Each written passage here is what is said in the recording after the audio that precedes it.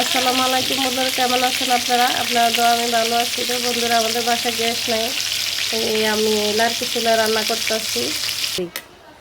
আসসালামু আলাইকুম গাইস, আমি যে সাইকেলটা চালাবো আপনারা আমি আমার চালানোটা দেখেন।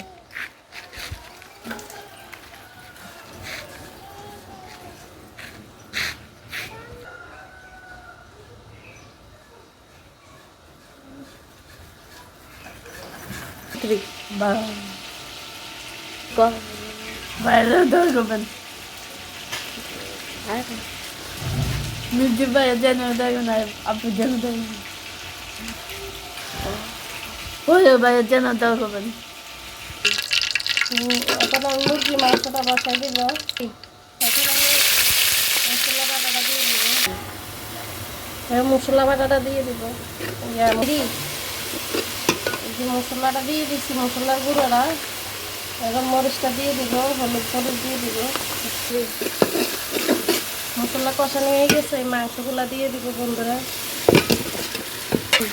পানিটা দিয়ে দিব। হ্যাঁ বন্ধুরা, এই আমার রান্না হয়ে গেছে লার্কি চুলার ভিতরে।